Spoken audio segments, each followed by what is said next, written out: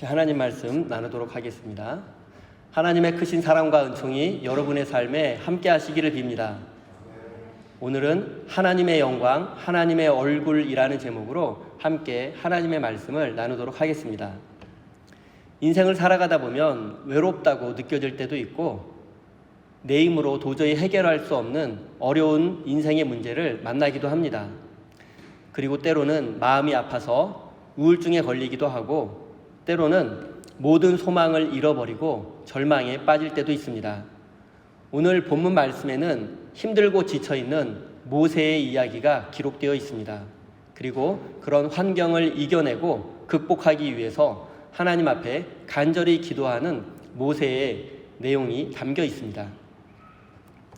출애굽기 32장에는 모세가 기도하러 시내산에 올라간 사이에 이스라엘 백성들이 금송아지를 만든 사건이 기록되어 있습니다. 하나님은 잠시 동안의 불안과 두려움도 견디지 못하고 우상 숭배에 빠진 이스라엘 백성들에게 크게 실망하게 되었습니다. 그래서 하나님은 모세에게 이렇게 말씀하셨습니다.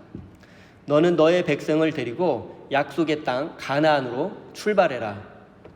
너희가 그곳에 도착하게 될 것이다. 그러나 나는 너희와 함께 가지 않겠다. 너희는 목이 뻣뻣한 백성이기에 불순종을 일삼기 때문에 내가 너희와 함께 가다가는 너희를 가는 길에 심판할까 두렵다. 그래서 나는 너희와 동행하지 않을 것이다 라고 하나님께서 모세에게 말씀하셨습니다. 그러자 모세는 하나님이 함께 하시지 않겠다라는 이 엄청난 말씀을 듣고 두려움에 빠진 모세는 하나님께 다시 간절히 기도했습니다. 하나님, 우리에게 은총을 베풀어 주셔서 죄 많고 부족한 우리를 하나님의 백성으로 삼아 주십시오. 하나님께서 우리를 당신의 백성으로 선택하셨으니 우리가 가나안 땅으로 가는 길에 반드시 하나님께서 동행해 주셔야만 합니다 라고 모세는 기도했습니다. 결국 하나님은 모세의 기도에 응답하셨고 내가 너와 함께 하겠다라는 약속을 해 주셨습니다. 하지만 모세의 두려움은 완전히 사라지지 않았습니다. 수많은 백성을 이끌고 가나안 땅으로 가기 위해서는 더 큰 확신이 필요했던 것입니다. 그래서 모세는 거룩한 욕심을 내어서 하나님의 영광을 보여달라고 요구했습니다. 여기서 하나님의 영광은 하나님의 얼굴을 의미합니다. 그리고 하나님께서는 내 얼굴을 보여줄 수 없다고 말씀하시며 내 뒷모습, 내 등만을 보여주겠다라고 말씀하셨습니다. 3절 말씀을 제가 읽어보겠습니다. 너희를 젖과 꿀이 흐르는 땅에 이르게 하려니와 나는 너희와 함께 올라가지 아니하리니 너희는 목이 곧은 백성인즉 내가 길에서 너희를 진멸할까 염려함이라 하시니. 금송아지 사건 이후에 이스라엘 백성들은 시내산을 출발해서 가나안 땅으로 떠나야만 했습니다. 하나님은 과거 모세를 통해서 하나님과 이스라엘 백성 사이에 언약을 맺으셨습니다. 나는 너희의 하나님이 되고 너희는 나의 백성이 될 것이다. 그리고 모세에게 10계명이 새겨진 돌판을 주셨습니다. 하지만 금송아지 숭배 사건으로 인해서 하나님과 이스라엘 백성 사이에 언약이 파기되었습니다. 하나님에게는 이제 이스라엘 백성들을 지켜주고 보호해야 할 의무가 사라진 것입니다. 언약이 깨어졌기 때문입니다. 그래서 하나님은 이스라엘 백성들에게 이렇게 말씀하셨습니다. 가나안 땅으로 출발해라. 너희가 가나안 땅에 도착할 수는 있을 것이다. 그러나 나는 너희와 함께하지 않겠다. 하나님은 이렇게 말씀하셨습니다. 근데 이 말씀을 글자 그대로 이해하시면 안 됩니다. 뉘앙스를 제가 말씀드리겠습니다. 그래, 이 잘난 척하는 백성들아, 어디 나의 도움 없이 한번 광야를 지나서 가나안에 갈 수 있으면 한번 가보아라. 나는 너희를 도와주지 않을 것이다. 이런 뉘앙스입니다. 하나님께서 금송아지 숭배 사건으로 인해서 얼마나 큰 상처를 받으셨는지 알 수 있는 대목입니다. 우리가 생각해 보아야 할 점은 하나님께서 이스라엘 백성과 동행하지 않으시겠다고 말씀하신 이유입니다. 단순히 하나님께서 이스라엘 백성들에게 실망하고 화가 나서이겠습니까? 6절 말씀을 제가 한번 읽어보겠습니다. 이스라엘 자손이 호렙산에서부터 그들의 장신구를 떼어내니라. 하나님이 자신들과 함께 가나안 땅에 가지 않으시겠다는 충격적인 말씀을 들은 이스라엘 백성들은 두려움에 사로잡히고 말았습니다. 그리고 하나님께서 가나안으로 가는 길에 동행하지 않으시는 이유는 바로 그들이 금송아지를 하나님처럼 섬겼다는 사실을 깨닫게 되었습니다. 그리고 그 금송아지는 이스라엘 백성들이 지니고 있었던 장신구를 녹여서 만든 것입니다. 당시 고대인들은 장신구를 좋아했었는데 대부분 장신구들은 금과 보석으로 만들어진 것입니다. 출애굽 당시 이집트 제국은 금 세공 기술을 비롯해서 보석 세공 기술이 아주 발달한 제국이었습니다.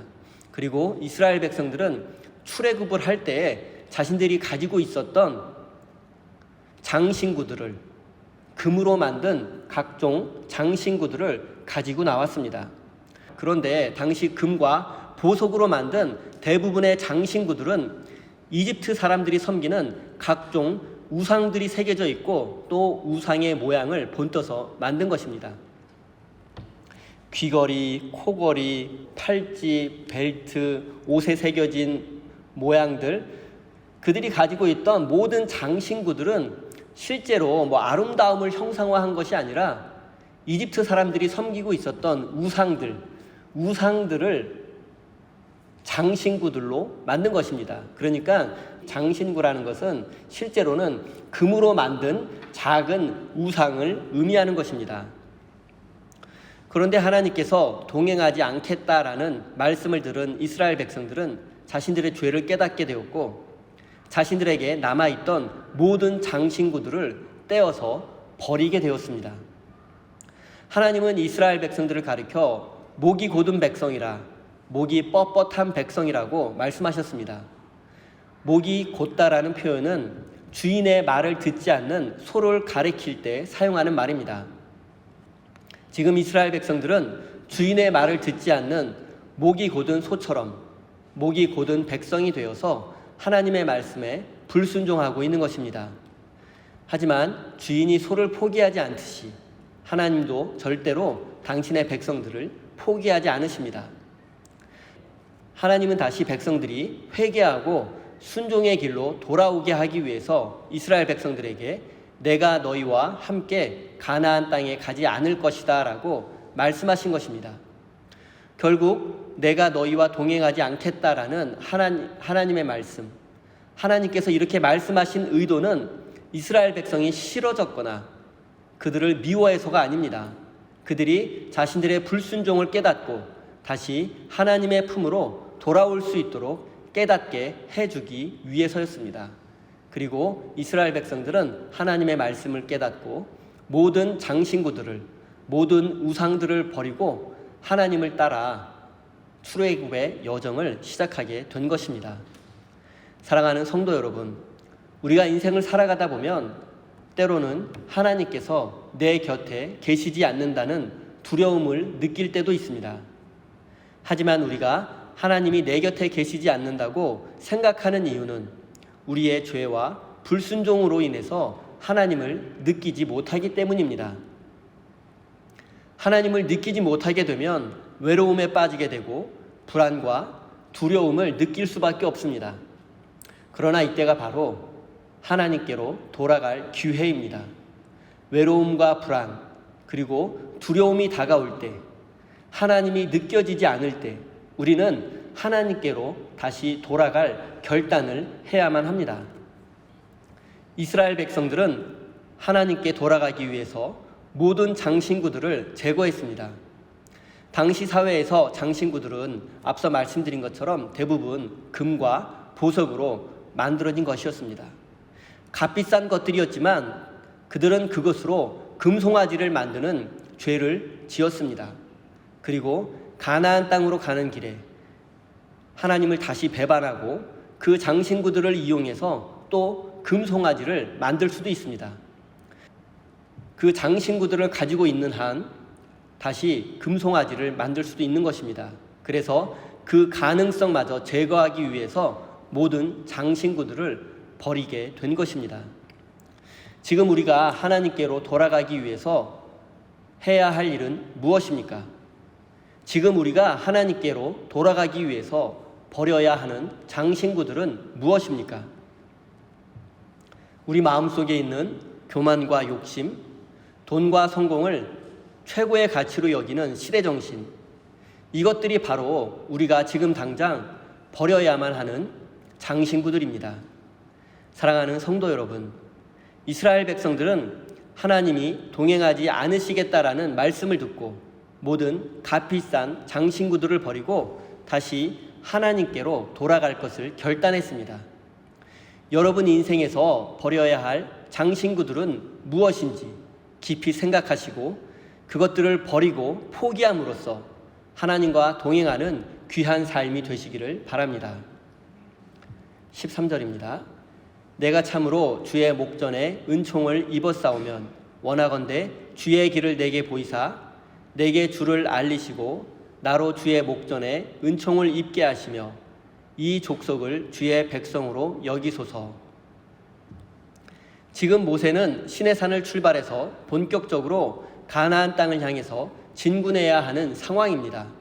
그런데 출발도 하기 전에 하나님께서 가나안으로 가는 길에 동행하지 않으시겠다라는 충격적인 말씀을 듣게 되었습니다. 백성들은 금송아지의 재료가 되었던 모든 장신구들을 버리고 회개했지만 지도자였던 모세에게는 더 큰 확신이 필요했습니다. 모세는 수많은 백성들을 가나안 땅으로 인도해야 할 책임이 있는 지도자였기 때문입니다. 그렇기에 그는 정말로 하나님이 나와 동행하신다라는 큰 확신이 필요했던 것입니다. 왜냐하면 아무리 생각해 보아도 하나님이 동행하지 않으신다면 광야와 사막으로 이루어진 시나이 반도를 지나서 가나안 땅으로 갈 수 없기 때문입니다. 시나이 반도를 지나서 가나안으로 가는 길은 광야와 사막입니다. 마실 물도 부족하고 음식도 부족하고 낮에는 뜨거워서 견디기 어렵고 밤에는 추워서 얼음이 얼 정도입니다. 게다가 사막의 유목민들이 언제든지 공격해 올 수도 있습니다. 그리고 가나안 땅에 들어간다고 해도 이미 그곳에는 가나안 사람들이 철기 문명을 바탕으로 도시국가를 이루어 살고 있습니다. 이 모든 상황과 환경을 극복해야지만 가나안 땅에 정착할 수 있는데 모세는 자신의 힘만으로는 불가능하다고 생각을 했고 반드시 하나님이 동행해 주셔야 하고 하나님이 지켜주셔야지만 가능한 일이라고 생각했습니다. 그래서 모세는 기도했습니다. 하나님, 제가 정말로 하나님의 은혜를 받은 사람이라면 주의 길을 보여주시고 이 백성을 하나님의 백성으로 여겨주십시오라고 기도했습니다.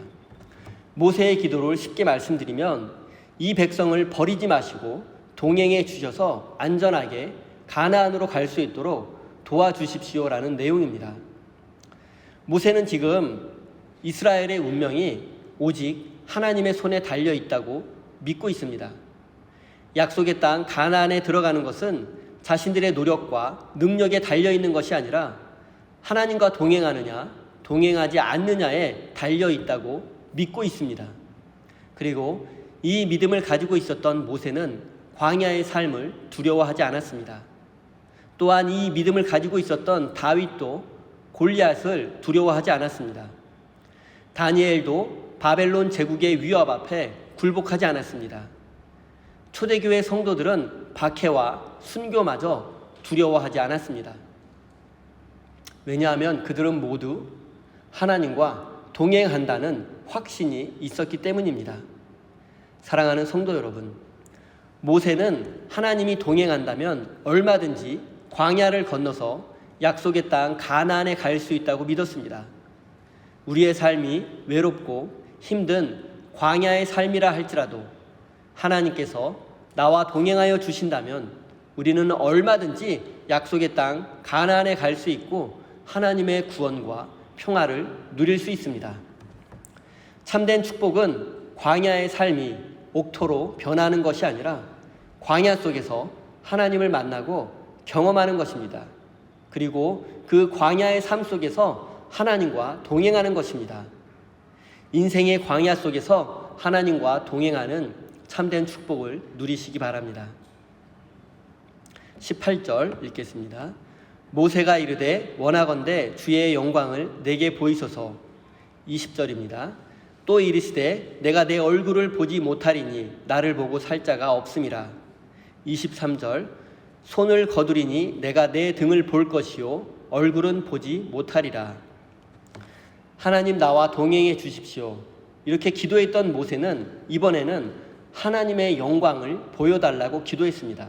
그랬더니 하나님은 사람이 내 얼굴을 볼 수 없고 그 대신 너에게는 내 뒷모습, 내 등이라도 보여주겠다라고 하나님은 모세에게 말씀하셨습니다. 모세가 하나님의 얼굴을 보지 못하고 하나님의 뒷모습을 본 이야기는 성경의 이야기 가운데에도 매우 잘 알려진 유명한 이야기입니다. 여러분, 모세의 삶을 한번 생각해 보십시오. 이미 모세는 이 당시에 홍해가 갈라지는 기적을 경험했고 반석에서 샘물이 솟아나는 기적도 경험했고 십계명이 새겨진 돌판을 친히 하나님으로부터 받기까지 했습니다. 이렇게 대단한 기적을 경험하고도 무엇이 부족해서 하나님의 영광을 보여달라고 했을까요? 그리고 그가 보여달라고 한 하나님의 영광은 과연 무엇이었을까요? 모세의 열정이라고 말할 수도 있고 거룩한 욕심이라고 말할 수도 있을 것 같습니다. 모세는 정말 하나님을 더 깊이 만나고 더 깊이 경험하고 하나님에 대해서 더 많은 것을 알고 싶어 했던 것 같습니다. 이런 모세의 거룩한 욕심이 모세를 위대한 하나님의 사람으로 만들었고 불가능해 보였던 출애굽을 가능하게 했던 원동력이었습니다. 모든 신앙인들에게, 특별히 광야의 삶을 살아가고 있는 성도들에게 정말 필요한 것은 모세가 가졌던 거룩한 욕심입니다. 하나님의 영광을 보여달라는, 하나님의 얼굴을 보고 싶다는 모세의 거룩한 욕심이 필요합니다. 하나님을 더 알고 싶고 더 깊이 이해하고 싶고 더 큰 하나님의 능력을 경험하기를 바라는 거룩한 갈망이 있어야 합니다. 이런 거룩한 욕심이 우리의 삶을 하나님께로 한 걸음 더 가까이 인도할 수 있기 때문입니다. 사랑하는 성도 여러분, 모세와 같이 거룩한 욕심을 여러분 마음에 품으시기 바랍니다. 하나님을 더 많이 사랑하십시오. 더 깊이 하나님께 순종하십시오. 그리고 하나님의 뜻과 섭리를 알려달라고 더 간절히 기도하십시오. 하나님의 나라를 이 땅에서 이루어가는 하나님의 사람이 되게 해달라고 기도하십시오. 하나님을 향한 거룩한 열정을 품고 하나님 앞에 쓰임받는 거룩한 백성이 되기를 바랍니다. 18절을 제가 한번 다시 읽겠습니다. 모세가 이르되 원하건대 주의 영광을 내게 보이소서. 모세는 하나님에게 하나님의 영광을 보여달라고 기도했습니다. 그런데 하나님은 내 얼굴을 보지 못할 것이다 라고, 내 얼굴을 보고 살 자가 없다라고 대답하셨습니다. 모세가 하나님의 영광을 보여달라고 기도했는데 하나님은 내 얼굴을 볼 수 없을 것이다 라고 대답하셨습니다. 그러니까 하나님의 영광은 하나님의 얼굴을 의미하는 것입니다.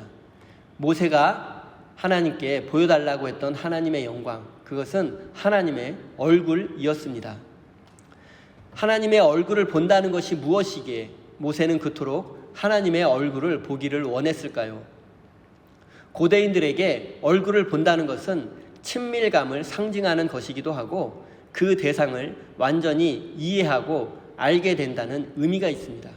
고대인들은 얼굴과 얼굴을 맞대고 식사를 하고 한번 그 사람을 만나고 경험하게 되면 그 사람에 대해서 모든 것을 알게 되었다, 그 사람에 대해서 더 깊이 알게 되었다라고 느끼는 경향이 있었습니다. 그러니까 모세는 하나님과의 깊은 사귐 속에서 하나님을 더 깊이 이해하고 하나님에 대해서 더 많은 것을 알기를 원했던 것입니다.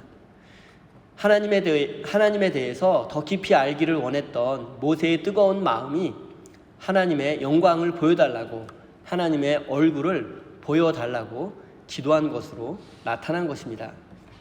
지금 모세의 마음과 삶 속에는 하나님밖에 없습니다. 하나님이 가장 중요합니다. 그래서 하나님의 모든 것을 이해하고 싶고 하나님을 더 깊이 알고 싶어 하는 것입니다. 그러나 하나님은 내 얼굴을 보여줄 수 없다라고 대답하셨습니다. 왜냐하면 얼굴을 보고 난 후에 살아남을 자가 없기 때문입니다.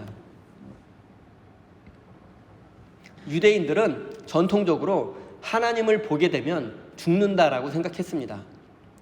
왜냐하면 죄 많은 인간이 거룩하신 하나님을 보게 된다면 그 하나님의 거룩한 불꽃 앞에 인간의 존재는 타서 소멸해 버린다고 생각했습니다. 그러니까 하나님을 보면 그 자리에서 죽는다라고 생각했던 것이 유대인들의 전통입니다.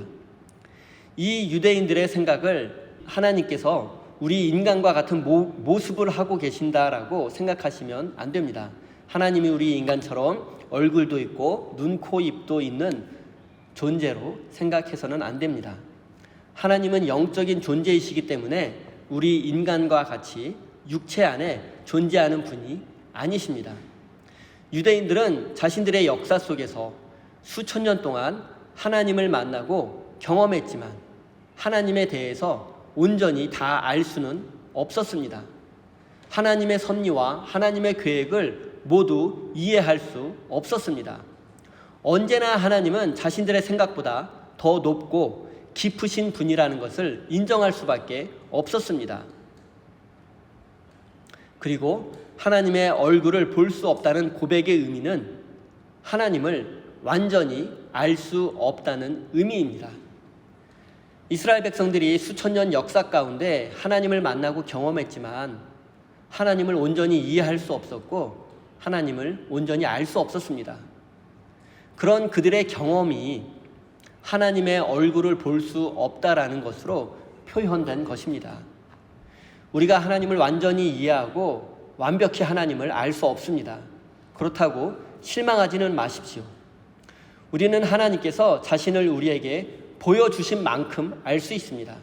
그리고 출애굽기 기자는 그것을 하나님의 등, 하나님의 뒷모습을 보았다라고 기록한 것입니다. 하나님은 언제나 충분히 우리에게 충분한 만큼 자신을 나타내시고 자신을 보여주십니다. 전문 용어로 계시한다 그러는데 하나님은 우리 인간에게 하나님을 계시하셨습니다. 하나님은 모세에게 자신의 등을 보여주셨고 얼굴은 보여주지 않았습니다. 그래서 모세는 하나님에 대해서 완전히 알지 못했고 완벽하게 하나님을 이해하지는 못했습니다. 하지만 모세는 하나님의 등을 보았고 광야를 지나서 가나안 땅까지 갈 수 있는 충분한 용기를 얻게 되었습니다. 하나님의 뒷모습, 하나님의 등, 그것만 보아도, 그것만 경험해도 우리 인생을 살아갈 수 있는 충분한 용기와 힘과 지혜를 얻을 수 있습니다. 이스라엘 백성들은 자신들이 경험하고 자신들이 만난 그 하나님에 대해서 하나님의 등을 보았다라고. 그런데 그들은 하나님의 등만 보아도 충분히 역사 가운데 모든 인생의 위기들을 물리치고 거룩한 하나님의 백성으로 살 수 있었다라는 것이 그들의 고백입니다. 하나님의 뒷모습, 하나님의 등을 보는 것만으로도 충분하다라는 것이 모세의 고백이었고 이스라엘 백성들의 고백이었고 그들은 그 하나님에 대한 경험으로 가나안 땅에 들어갈 수 있었던 것입니다.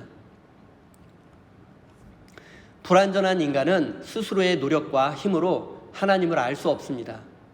오직 하나님이 자신을 우리에게 보여주셔야지만 알 수 있습니다. 이것을 계시라고 말하는데 이 계시가 기록된 책이 바로 성경입니다. 그래서 우리는 오직 성경을 통해서만 하나님을 알 수 있는 것입니다. 고린도후서 4장 6절입니다. 어두운데 빛이 빛이라 말씀하셨던 그 하나님께서 예수 그리스도의 얼굴에 있는 하나님의 영광을 아는 빛을 우리 마음에 비추셨느니라. 사도 바울은 예수 그리스도의 얼굴에서 하나님의 영광을 보았다라고 고백합니다. 이 말은 예수 그리스도를 통해서 하나님의 구원을 경험했다는 의미입니다. 모세는 하나님의 영광을 보고 싶어 했고, 바울은 예수 그리스도의 얼굴에서 하나님의 영광, 즉 하나님의 얼굴을 보았다라고 고백합니다. 사랑하는 성도 여러분, 모세가 광야 생활을 하면서 보기 원했던 하나님의 영광은 이스라엘 백성들이 구원받는 것이었습니다. 그리고 바울은 예수 그리스도의 십자가와 부활을 통해서 하나님의 영광을 보았고 하나님의 구원을 경험하게 되었습니다. 사랑하는 우리 세임교회 성도 여러분, 이제 우리는 모세가 그토록 보기를 원했던 하나님의 영광, 하나님의 얼굴을 예수 그리스도 안에서 발견할 수 있습니다. 예수 그리스도의 십자가와 부활 안에 담겨져 있는 하나님의 영광, 하나님의 구원을 누리며 살아가는 복된 인생이 되시기를 예수님의 이름으로 축원드립니다. 기도하겠습니다. 사랑으로 우리 인생을 새롭게 하시는 하나님, 우리는 인생의 작은 위기 앞에서도 불안해하고 두려워하는 연약한 존재들입니다. 하나님께서 우리의 삶에 동행해 주셔서 하나님을 느끼고 경험하며 살아가는 믿음의 삶이 되게 해 주십시오. 하나님, 앞으로 인생의 위기를 만나게 되더라도 원망과 불평을 하기 전에 우리의 삶을 되돌아보고 하나님의 도우심과 은혜를 간절히 구하는 믿음의 삶이 되게 해 주십시오. 예수 그리스도의 십자가와 부활 속에 담겨있는 하나님의 영광을 보게 하시고 하나님의 구원을 누리는 복된 삶이 되게 해 주십시오. 우리 인생의 참된 주인이 되시는 하나님, 지금 이 시간 하나님께서 우리를 먼저 사랑해 주셨음을 깨닫고 오직 하나님만이 우리 인생의 참된 주인 되심을 고백하며 그 마음을 담아 귀한 예물을 올려드립니다. 사랑하는 주의 백성들이 이 세상에서 물질의 문제로 고통당하지 않도록 하나님께서 지켜주시고 마음과 뜻과 힘을 다해서 하나님과 이웃을 사랑하며 섬기는 일에 최선을 다하며 살아갈 수 있도록 굳센 믿음과 넉넉한 환경을 허락하여 주십시오. 예수님의 이름으로 기도드립니다. 아멘.